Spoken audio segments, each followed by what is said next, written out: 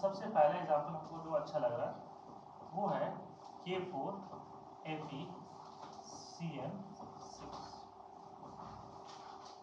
तो इसमें देखो यहाँ पर आयरन ही क्या है आपका सेंट्रल मेटल एटम है, और आयरन की अगर हम बात करते हैं तो आयरन का ऑक्सीडेशन नंबर यहाँ पे क्या हो जाएगा, ऑक्सीडेशन स्टेट ऑफ आयरन कितना हो जाएगा बताओ, क्या हो जाएगा +2।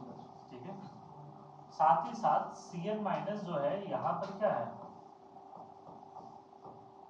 WFL है कि SFL है, SFL है। और अगर ये SFL है तो ये क्या करेगा, पेयर अप ऑल दी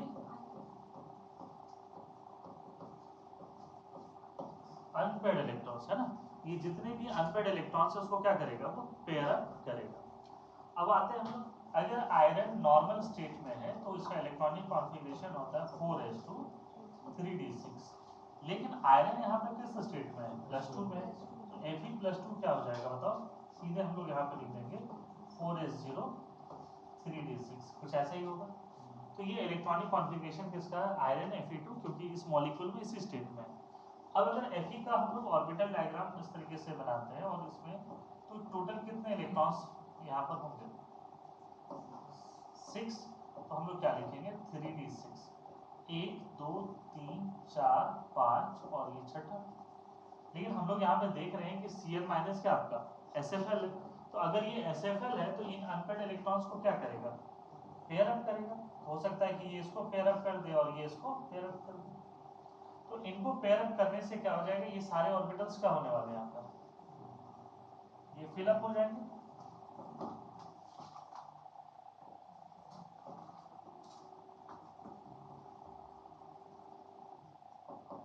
ठीक है, तो 1 2 3 4 5 और ये क्या हो जाएगा, ये 6, है ना, 1 2 3 4 5 6। अभी यहाँ पर ये कौन सा खाली दिख गया आपको, 3D। कोऑर्डिनेशन नंबर 6 है, तो हमें टोटल कितने ऑर्बिटल्स की जरूरत है, 6 वैकेंट ऑर्बिटल की जरूरत है। तो यहाँ पर ये 3D है, इसको हम कह सकते हैं कि 4s है और ये क्या है 4p है।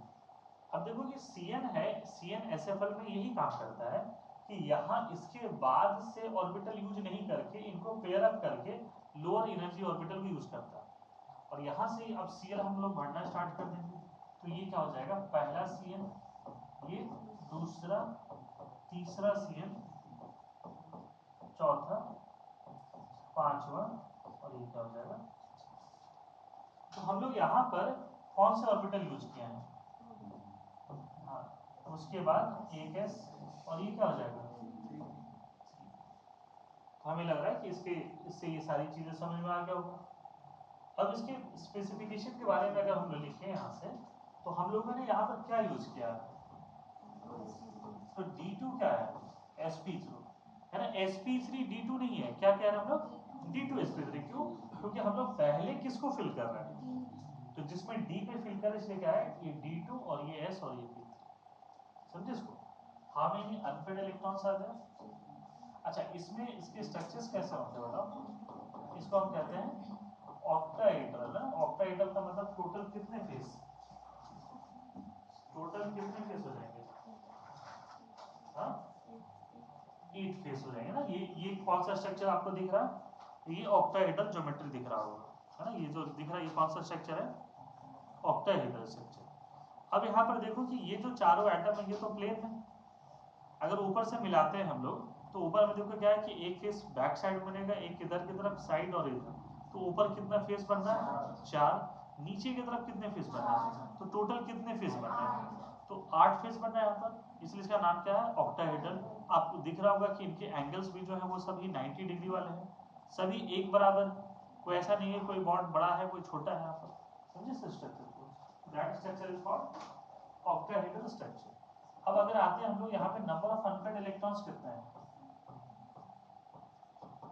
अनपेड इलेक्ट्रॉन्स कितने हैं 0, तो पैरामैग्नेटिक डायमैग्नेटिक, तो ये क्या है डायमैग्नेटिक है। अच्छा, मैग्नेटिक मोमेंट क्या हो जाएगा इसका, ये 0, सम ऑफ स्पिन भी क्या हो जाएगा इसका 0, स्पिन नंबर क्या हो जाएगा, स्पिन नंबर होता है 2s + 1 which is equal to 1। तो ये VBT में ये स्ट्रक्चर समझ में आया। ये कौन सा स्ट्रक्चर है हम लोग पढ़े हम लोग K4FeCN6, ठीक है, पोटेशियम हेक्सा